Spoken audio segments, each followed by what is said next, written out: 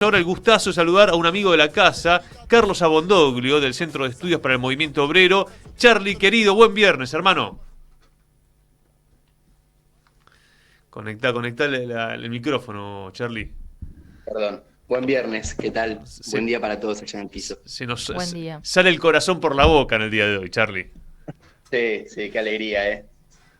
A Qué ver, estrés. vos que tenés un tono poético, como hincha de Boca, ¿cómo describirías en pocas palabras lo que ayer pasó? Épico, épico, pero justicia, ¿eh? Me parece que fue muy superior Boca digamos, en los dos tiempos de la Bombonera, en el primer tiempo anoche en Brasil, así que merecido triunfo. Qué lindo, qué lindo el Sí, sí, tránsito sí, en sí. un año Aparte, difícil, ¿eh? ganar a los brasileños allá es hermoso. Es hermoso. Bueno, y ahora, Maracaná.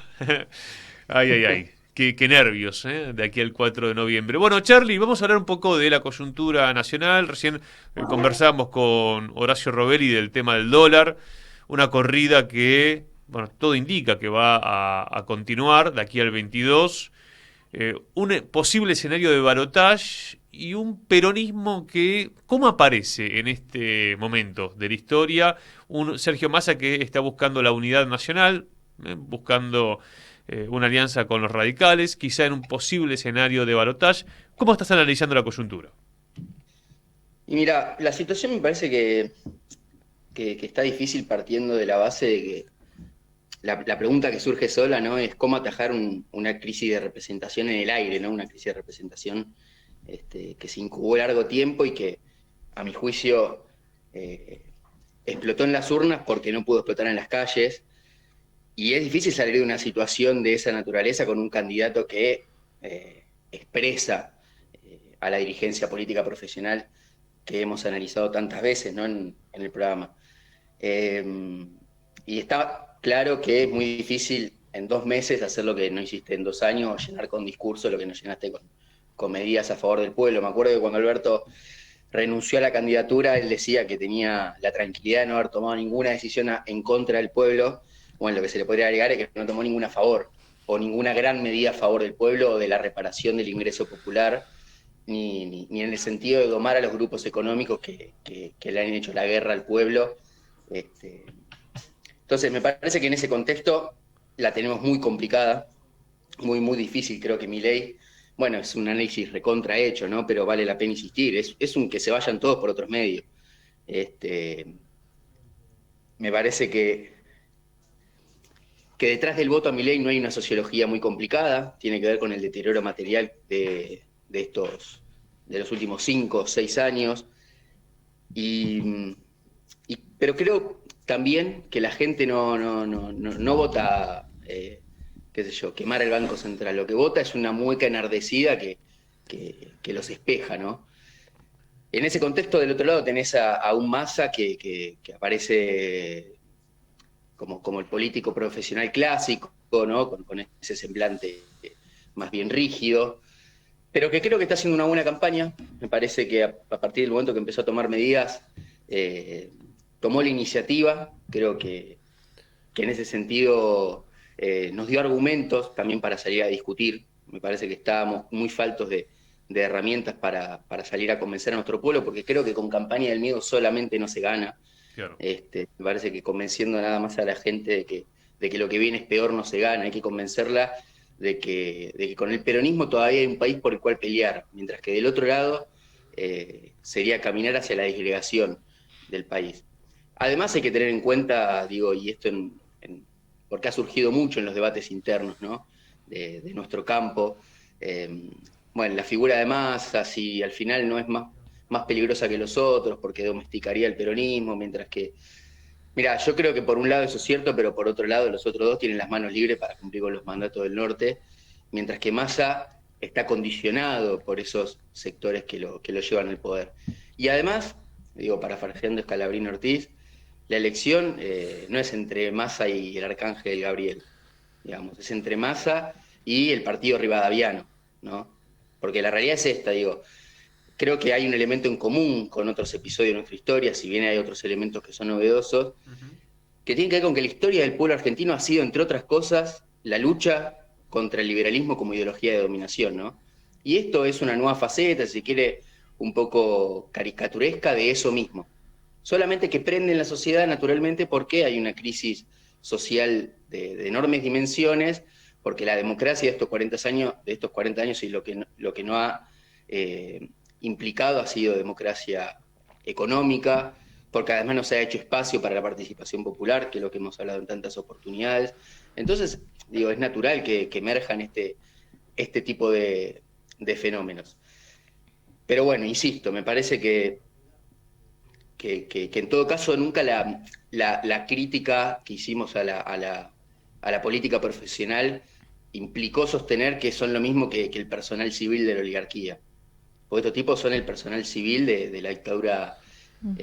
cívico-militar. Creo que en parte nos quieren hacer creer que son lo mismo. Digo, figuras, yo lo vengo escuchando a veces a Moreno, mismo a Miriam Bregman, ¿no? Digo, hay que tener cuidado con caer en posiciones abstractas en una situación tan límite como la que hoy atraviesa el país. Yo pensaba que perfectamente en los 90 alguien podría haber descrito a Néstor como un político profesional más, y 10 años después estaba volteando el Alca en Mar del Plata. Entonces siempre es el hombre y sus circunstancias. Siempre es el hombre y sus circunstancias. Ujú. Se puede especular sobre Massa por su trayectoria, por su sistema de relaciones, pero siempre es el hombre y sus circunstancias. Un compañero hace muchos años me acuerdo que decía que Francisco acá en la Argentina, Bergoglio, era Dualde, ¿no?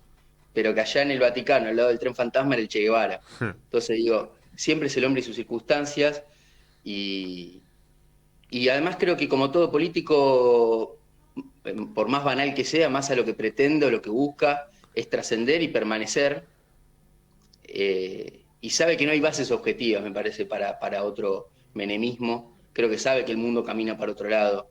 Por ende, no me imagino. Además, una cosa más, ¿no? No es un caballo de Troya en la medida que uno sabe quién es Massa.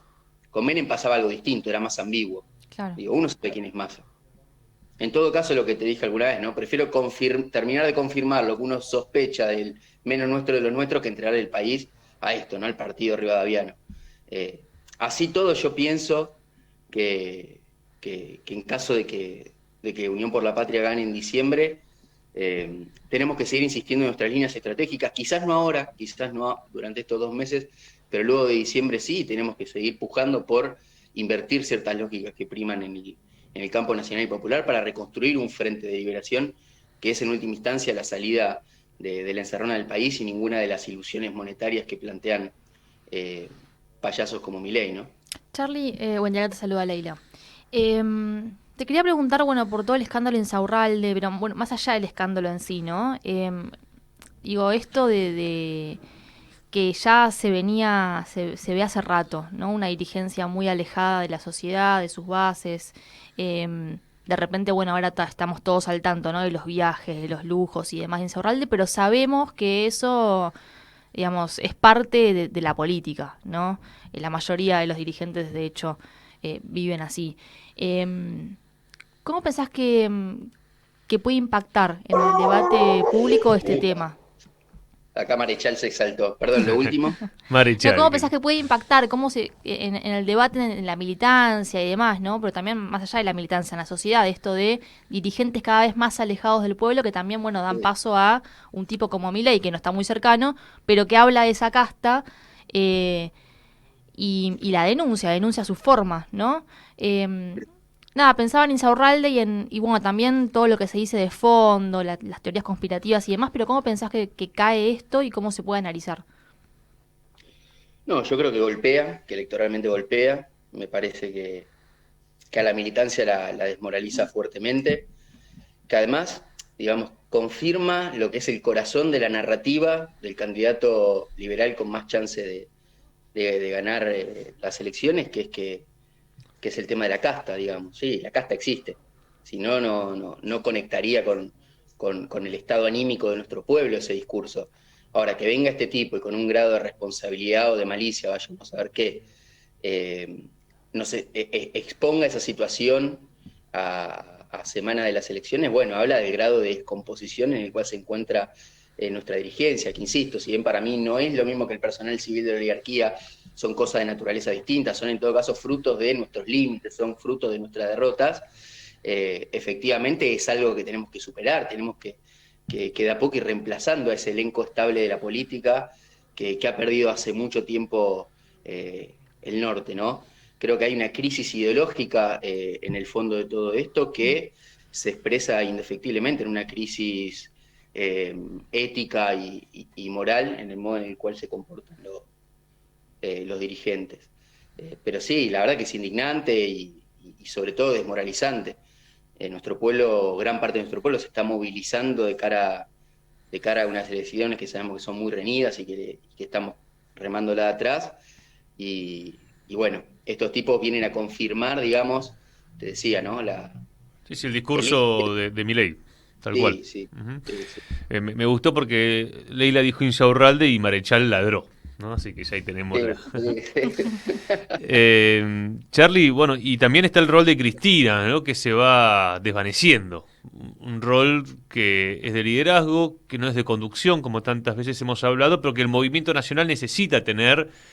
Por eso el menemismo fue tan duro, porque traicionó quien venía a prometer, quien prometió una revolución productiva y un salariazo.